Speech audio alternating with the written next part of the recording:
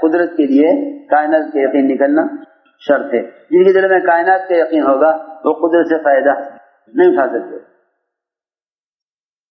جن کے دلوں میں کائنات کا یقین ہوگا وہ قدرت سے فائدہ نہیں اٹھا سکتے.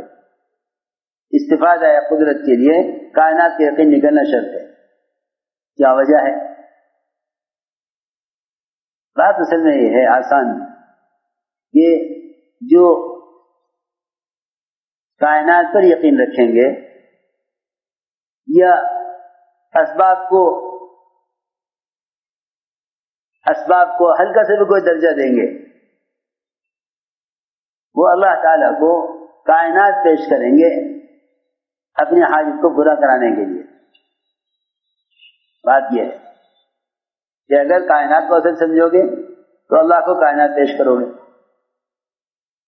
اللہ کو کائنات پیش کرو گے. میں بتاتا ہوں.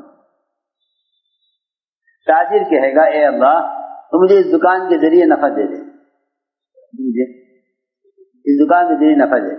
بیماری کہے گا اے اللہ تو مجھے اس دوا کے ذریعے شفا دے دے. یہ ہے وہ قسم جو اللہ کو کائنات کے نقشے پیش کرتی ہے اللہ سے فائدہ اٹھانے کے لیے.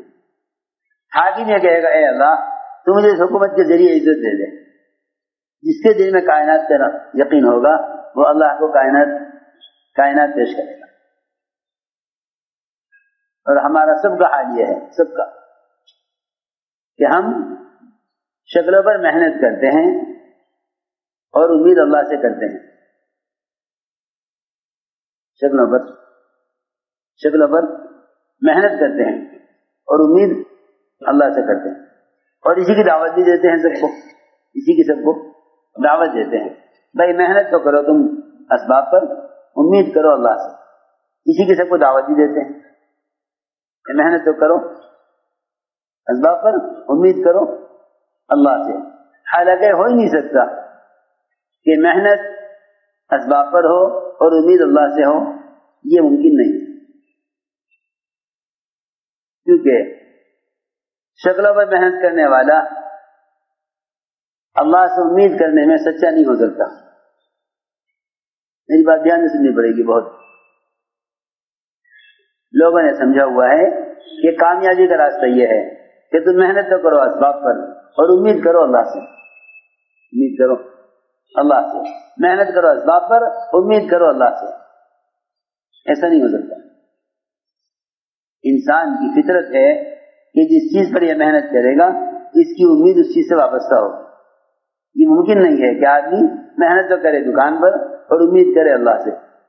اور یہ اللہ کا ضابطہ بھی نہیں ہے. یہ اللہ کا ضابطہ بھی نہیں ہے. اللہ کا ضابطہ یہ ہے کہ میں نے تم سے جس چیز پر وعدہ کیا ہے تم اس پر مجھ سے امید کرو.